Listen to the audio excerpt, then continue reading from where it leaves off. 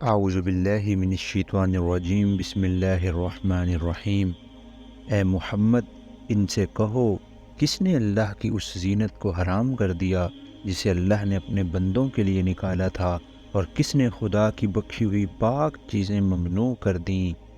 مطلب یہ ہے کہ اللہ نے تو دنیا کی ساری زینتیں اور پاکیزہ چیزیں بندوں ہی کے لیے پیدا کی ہیں، اس لیے اللہ کا منشا تو بہرحال یہ نہیں ہو سکتا کہ انہیں بندوں کے لیے حرام کر دے۔ اب اگر کوئی مذہب یا کوئی نظام اخلاق و معاشرت ایسا ہے جو انہیں حرام یا قابل نفرت یا ارتقاء روحانی میں سد راہ قرار دیتا ہے، تو اس کا یہ فعل خود ہی اس بات کا کھلا ثبوت ہے کہ وہ خدا کی طرف سے نہیں ہے۔ یہ بھی ان حجتوں میں سے ایک اہم حجت ہے جو قرآن نے مذاہب باطلہ کی رد میں پیش کی ہے، اور اس کو سمجھ لینا قرآن کے طرز استدلال کو سمجھنے کے لیے ضروری ہے۔ اور یہ ساری چیزیں دنیا کی زندگی میں بھی ایمان لانے والوں کے لیے ہیں، اور قیامت کے روز تو خالصتاً انہی کے لیے ہوں گی۔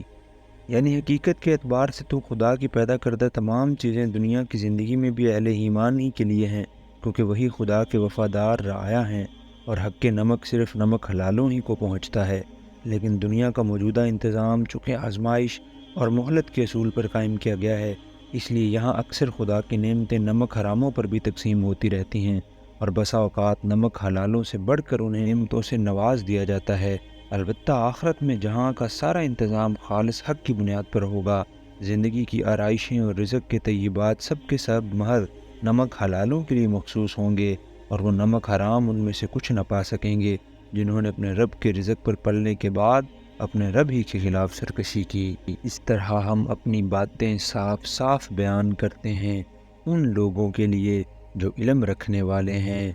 اے محمد، ان سے کہو کہ میرے رب نے جو چیزیں حرام کی ہیں وہ تو یہ ہیں کہ شرمی کے کام خواہ کھلے ہوں یا چھپے، اور گناہ اور حق کے خلاف زیادتی، اور یہ کہ اللہ کے ساتھ تم کسی کو شریک کرو جس کے لیے اس نے کوئی سند نازل نہیں کی، اور یہ کہ اللہ کے نام پر کوئی ایسی بات کہو جس کے متعلق تمہیں علم نہ ہو کہ وہ حقیقت میں اسی نے فرمائی ہے۔ ہر قوم کے لیے مہلت کی ایک مدت مقرر ہے، پھر جب کسی قوم کی مدت آن پوری ہوتی ہے تو ایک گھڑی بھر کی تاخیر و تقدیم بھی نہیں ہوتی۔ مہلت کی مدت مقرر کیے جانے کا مفہوم یہ نہیں ہے کہ ہر قوم کے لیے برسوں اور مہینوں اور دنوں کے لحاظ سے ایک عمر مقرر کی جاتی ہو، اور اس عمر کے تمام ہوتے ہی اس قوم کو لازماً ختم کر دیا جاتا ہو، بلکہ اس کا مفہوم یہ ہے کہ ہر قوم کو دنیا میں کام کرنے کا جو موقع دیا جاتا ہے اس کی ایک اخلاقی حد مقرر کر دی جاتی ہے، یعنی کہ اس کی اعمال میں خیر اور شر کا کم سے کم کتنا تناسب برداشت کیا جا سکتا ہے۔ جب تک ایک قوم کی بری صفات اس کی اچھی صفات کے مقابلے میں تناسب کی اس آخری حد سے فروتر رہتی ہیں، اس وقت تک اسے اس کی تمام برائیوں کے باوجود مہلت دی جاتی رہتی ہے، اور جب وہ اس حد سے گزر جاتی ہیں پھر اس بدکار و بد صفات قوم کو مزید کوئی مہلت نہیں دی جاتی۔ اے بنی آدم، یاد رکھو، اگر تمہارے پاس خود تم ہی میں سے ایسے رسول آئیں جو تمہیں میری آیات سنا رہے ہوں، تو جو کوئی نافرمانی سے بچے گا اور اپنے رویے کی اصلاح کر لے گا، اس کے لیے کسی خوف اور رنج کا موقع نہیں ہے، اور جو لوگ ہماری آیات کو جھٹلائیں گے اور ان کے مقابلے میں سرکشی برتیں گے، وہی اہل دوزخ ہوں گے جہاں وہ ہمیشہ رہیں گے۔ ظاہر ہے کہ اس سے بڑا ظالم اور کون ہوگا جو بالکل جھوٹی باتیں گھڑ کر اللہ کی طرف منسوب کرے یا اللہ کی سچی آیات کو جھٹلائے۔ ایسے لوگ اپنے نوشتہ تقدیر کے مطابق اپنا حصہ پاتے رہیں گے، یعنی دنیا میں جتنے دن ان کی مہلت کے مقرر ہیں یہاں رہیں گے، اور جس قسم کی بظاہر اچھی یا بری زندگی گزارنا ان کے نصیب میں ہے گزار لیں گے، یہاں تک کہ وہ گھڑی آ جائے گی جب ہمارے بھیجے ہوئے فرشتے ان کی روحیں قبض کرنے کے لیے پہنچیں گے۔ اس وقت وہ ان سے پوچھیں گے کہ بتاؤ اب کہاں ہیں تمہارے وہ معبود جن کو تم خدا کے بجائے پکارتے تھے؟ وہ کہیں گے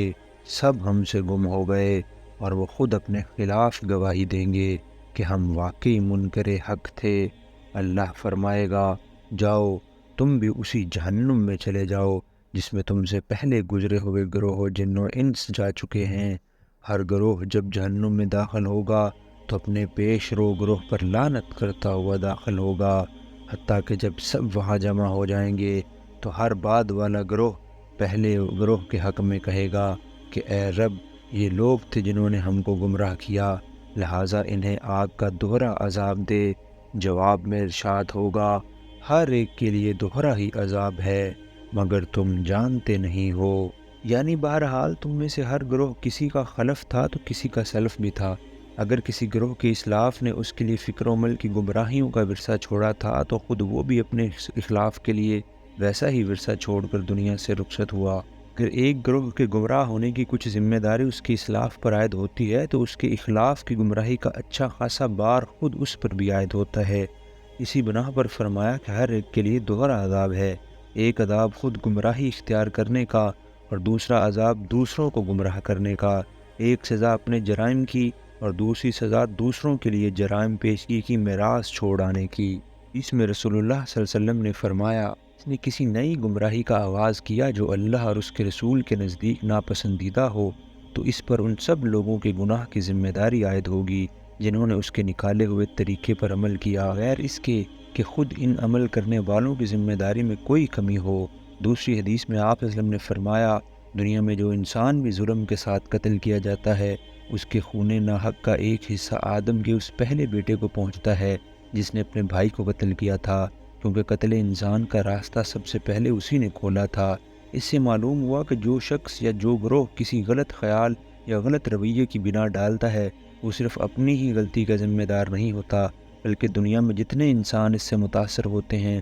ان سب کی گناہ کی ذمہ داری کا بھی ایک حصہ اس کے حساب میں لکھا جاتا رہتا ہے، اور جب تک اس کی اس غلطی کے اثرات چلتے رہتے ہیں اس کے حساب میں ان کا اندراج ہوتا رہتا ہے۔ نیز اس سے یہ بھی معلوم ہوا کہ ہر شخص اپنی نیکی یا بدی کا صرف اپنی ذات کی حد تک ہی ذمہ دار نہیں ہے، بلکہ اس امر کا بھی جواب دہ ہے کہ اس کی نیکی یا بدی کے کیا اثرات دوسروں کی زندگیوں پر مرتب ہوئے۔ مثال کے طور پر ایک زانی کو لیجئے، جن لوگوں کی تعلیم و تربیت سے، جن کی صحبت کے اثر سے، جن کی بری مثالیں دیکھنے سے اور جن کی ترغیبات سے اس شخص کے اندر زنا کاری کی صفت نے ظہور کیا، وہ سب اس کے زنا کار بننے میں حصہ دار ہیں، اور خود ان لوگوں نے اوپر جہاں جہاں سے اس بد نظری و بدنیتی اور بدکاری کی میراث پائی ہو وہاں تک اس کی ذمہ داری پہنچتی ہے، حتیٰ کہ یہ سلسلہ اس اولین انسان پر منتہا ہوتا ہے جس نے سب سے پہلے نوع انسانی کو خواہش نفس کی تسکین کا یہ غلط راستہ دکھایا۔ یہ اس زانی کے حساب کا وہ حصہ ہے جو اس کے ہم اثروں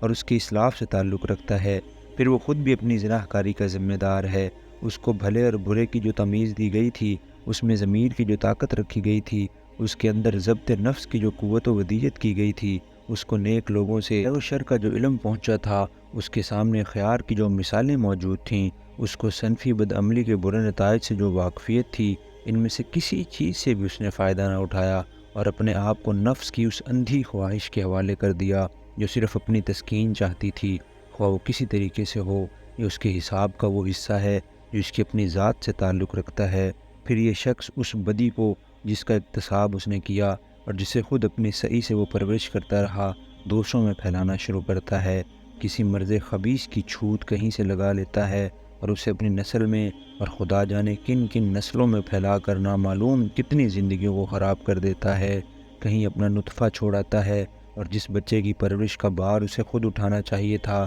اسے کسی اور کی کمائی کا ناجائز حصہ دار، اس کے بچوں کے حقوق میں زبردستی کا شریک، اس کی میراث میں ناحق کا حقدار بنا دیتا ہے، اور اس تلفی کا سلسلہ نامعلوم کتنی نسلوں تک چلتا رہتا ہے۔ کسی دوشیزہ لڑکی کو پھسلا کر بد اخلاقی کی راہ پر ڈالتا ہے اور اس کے اندر وہ بری صفات ابھار دیتا ہے جو اس سے منعکس ہو کر نامعلوم کتنے خاندانوں اور کتنی نسلوں تک پہنچتی ہیں اور کتنے گھر بگاڑ دیتی ہیں، اپنی اولاد، اپنے اقارب، اپنے دوستوں اور اپنی سوسائٹی کے دوسرے لوگوں کے سامنے اپنے اخلاق کی ایک بری مثال پیش کرتا ہے اور نامعلوم کتنے آدمیوں کے چال چلن خراب کرنے کا سبب بن جاتا ہے، جس کے اثرات بعد کی نسلوں میں مدت ہائے دراز تک چلتے رہتے ہیں۔ یہ سارا فساد جو اس شخص نے سوسائٹی میں برپا کیا، انصاف چاہتا ہے کہ یہ بھی اس کے حساب میں لکھا جائے اور اس وقت تک لکھا جاتا رہے جب تک اس کی پھیلائی ہوئی خرابیوں کا سلسلہ دنیا میں چلتا رہے۔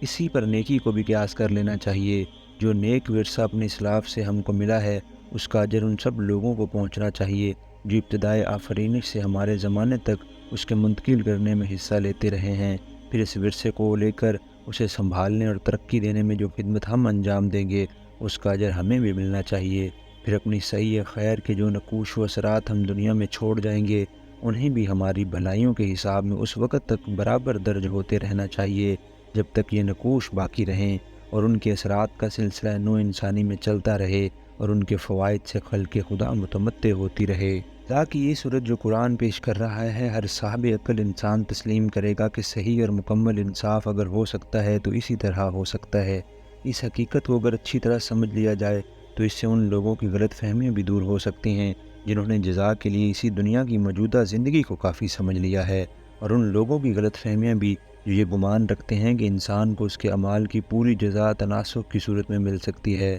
دراصل ان دونوں گروہوں نے نہ تو انسانی اعمال اور ان کے اثرات و نتائج کی وسعتوں کو سمجھا ہے اور نہ منصفانہ جزا اور اس کے تقاضوں کو۔ ایک انسان آج اپنی 50-60 سال کی زندگی میں جو اچھے یا برے کام کرتا ہے ان کی ذمہ داری میں نامعلوم اوپر کی کتنی نسلیں شریک ہیں جو گزر چکیں، اور آج یہ ممکن نہیں کہ انہیں اس کی جزا یا سزا پہنچ سکے۔ پھر اس شخص کے یہ اچھے یا برے اعمال جو وہ آج کر رہا ہے اس کی موت کے ساتھ ختم نہیں ہو جائیں گے، بلکہ ان کے اثرات کا سلسلہ آئندہ صدہا برس تک چلتا رہے گا، ہزاروں لاکھوں بلکہ کروڑوں انسانوں تک پھیلے گا، اور اس کے حساب کا کھاتہ اس وقت تک کھلا رہے گا جب تک یہ اثرات چل رہے ہیں اور پھیل رہے ہیں۔ کس طرح ممکن ہے کہ آج ہی اس دنیا کی زندگی میں اس شخص کو اس کے کسب کی پوری جزا مل جائے، درا حالانکہ ابھی اس کے کسب کے اثرات کا لاکھواں حصہ بھی رونما نہیں ہوا ہے۔ پھر اس دنیا کی محدود زندگی اور اس کے محدود امکانات سرے سے اتنی گنجائش ہی نہیں رکھتے کہ یہاں کسی کو اس کے کسب کا پورا بدلہ مل سکے۔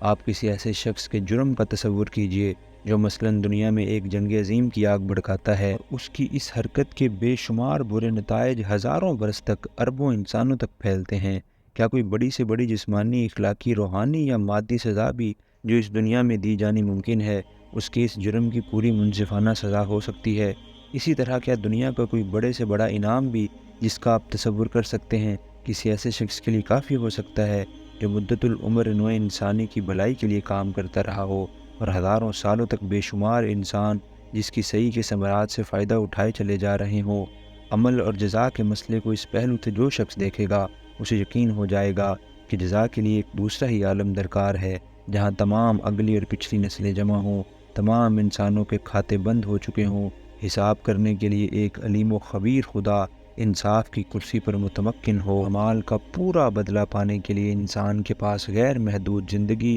اور اس کے گرد و پیش جزا و سزا کے غیر محدود امکانات موجود ہوں، اور پہلا گروہ دوسرے گروہ سے کہے گا کہ اگر ہم قابل الزام تھے تو تم کو ہم پر کون سی فضیلت حاصل تھی، اب اپنی کمائی کے نتیجے میں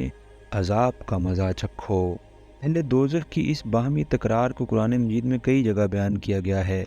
سبا میں فرمایا گیا ہے، کاش تم دیکھ سکو اس موقع کو جب یہ ظالم اپنے رب کے حضور کھڑے ہوں گے اور ایک دوسرے پر باتیں بنا رہے ہوں گے۔ جو لوگ دنیا میں کمزور بنا کر رکھے گئے تھے وہ ان لوگوں سے جو بڑے بن کر رہ رہے تھے کہیں گے کہ اگر تم نہ ہوتے تو ہم مومن ہوتے۔ وہ بڑے بننے والے ان کمزور بنائے ہوئے لوگوں کو جواب دیں گے، کیا ہم نے تم کو ہدایت سے روک دیا تھا جبکہ وہ تمہارے پاس آئی تھی؟ نہیں، بلکہ تم خود مجرم تھے۔ مطلب یہ ہے کہ تم خود کب ہدایت کے طالب تھے؟ اگر ہم نے تمہیں دنیا کے لالچ دے کر اپنا بندہ بنایا تو تم لالچی تھے، جب بھی تم ہمارے دام میں گرفتار ہوئے۔ اگر ہم نے تمہیں خریدا تو تم خود بکنے کے لیے تیار تھے، جب بھی تو ہم خرید سکے۔ اگر ہم نے تمہیں مادہ پرستی اور دنیا پرستی اور قوم پرستی اور ایسی ہی دوسری گمراہیوں اور بدعمالیوں میں مبتلا کیا تو تم خود خدا سے بیزار اور دنیا کے پرستار تھے، جب بھی تم نے خدا پرستی کی طرف بلانے والوں کو چھوڑ کر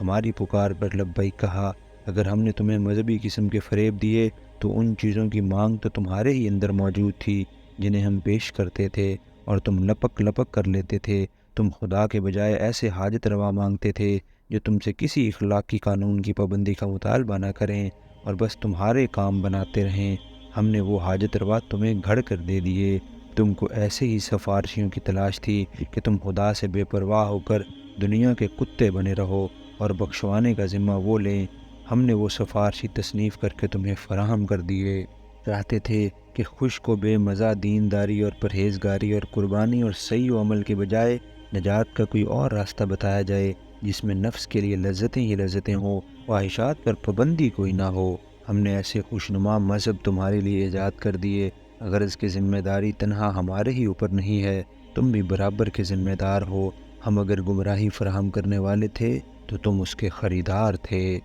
صدق اللہ العظیم۔